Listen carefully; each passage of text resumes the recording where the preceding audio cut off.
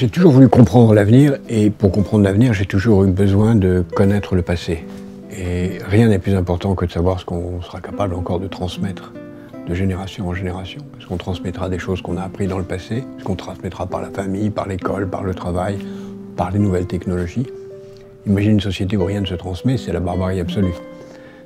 Le risque est qu'elle vienne, à la fois parce que l'école est débordée aujourd'hui, et parce que les nouvelles technologies sont en train de bouleverser complètement la façon de transmettre. Les enjeux sont immenses, le risque est considérable, mais les perspectives positives sont aussi absolument fascinantes.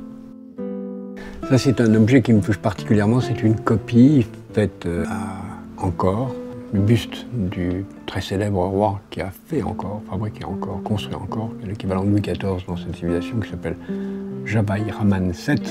Et on considère que le sourire de ce roi est identifié au sourire de Bouddha, et il est considéré comme le plus beau sourire d'Asie, comme la Joconde est considérée comme le plus beau sourire d'Occident. Et c'est vrai qu'il a une dimension rassurante.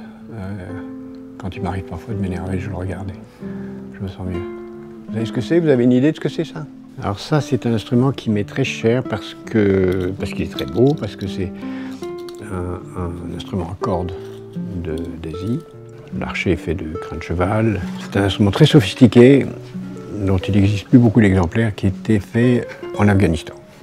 Et c'est là où je l'ai trouvé il y a très longtemps. Et quand je le regarde, ça me rappelle cette merveilleuse civilisation, cette extraordinaire civilisation afghane. Chaque fois que je le répare, il se recasse à chaque fois parce que les cordes ne tiennent pas. Chacun sait que rien n'est plus important que le temps pour transmettre. C'est l'objet de ce livre, mais aussi parce que le temps nous structure. On est du temps.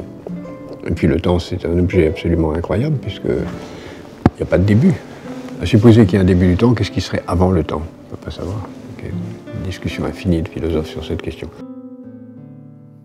Que serions devenus sans tous ceux qui, à un titre ou à un autre, nous ont transmis des valeurs et des savoirs? Et sans tous ceux qui ont entretenu notre curiosité et notre volonté d'apprendre? Que sont devenus tous ceux qui n'ont pas eu la chance de vivre dans une société donnant une grande place aux enfants, ni d'avoir des parents en situation de leur transmettre avec amour des connaissances? Quel fut le destin de ceux qui n'ont pas rencontré des maîtres enthousiasmants, ni bénéficié de conditions équitables et sereines pour étudier? Pour ma part, j'ai eu droit à tout cela. Mais qu'en est-il pour d'autres, et en particulier pour les filles? Que serait devenue l'humanité sans tous ceux qui, depuis des milliers d'années, ont transmis des connaissances et des œuvres d'art?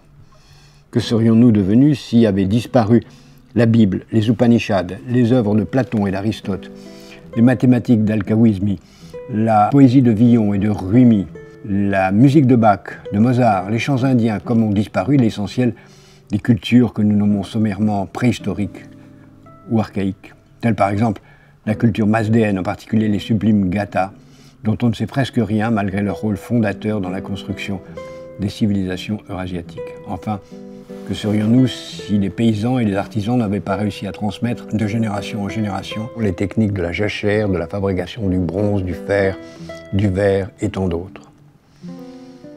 Et demain, et après-demain, et dans 2 siècles, pourra-t-on encore rêver d'une société libre, de gens bien portants et bienveillants, d'un climat et d'une nature préservée, si tous les humains ne sont pas alors formés pour construire et protéger cet avenir?